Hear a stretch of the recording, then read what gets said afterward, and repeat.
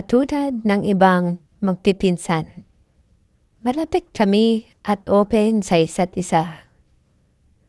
Ang pangalan ng aking pinsan ay si Jetty. One day, habang nag-iimpake kami ng mga gamit nila dahil gilipat sila ng tinitirhang bahay. Naiwan kaming dalawa dahil nauna na yung kapatid niya at yung mother niya doon sa house na lilipatan nila.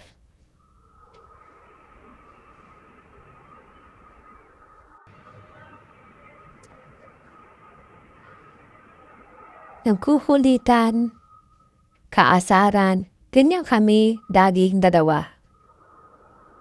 Minabuti muna naming magpahingan dalawa dahil medyo pagod na rin kami sa kabubuhat ng mga mabibigat na gamit nila.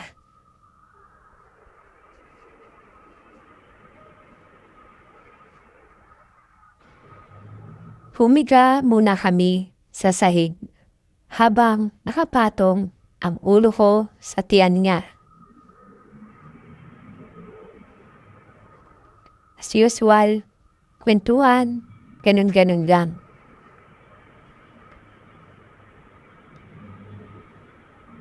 Nang ma-open niya sa akin, kung na daw ba kami ng girlfriend ko.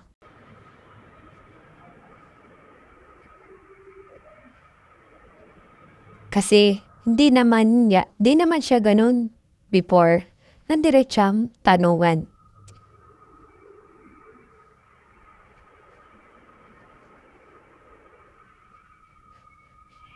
Nasabi ko na lang na, yes, kapag kaming dalawa lang, dun sa bahay namin. Bakit mo naman naitanong yan? Yun ang tanong ko.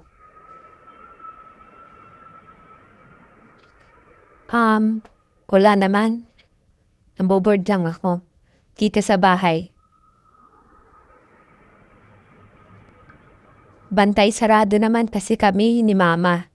At alam mo yun, sagot niya.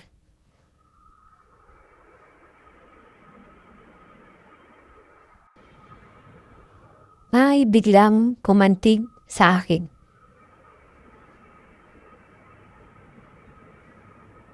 Hindi ko alam kung sa ulo ko sa taas o sa ibaba. Medyo na ako that time.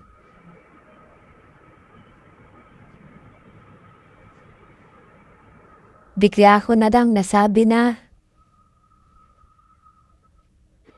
gusto mo, ate? Try natin? At tawagal pa naman, babalik yun. Kasi ang layo ng nilipatan niyo. Nagulat siya sa sinabi ko. Pero halata ko sa mukha niya na parang medyo nagugustuhan din niya.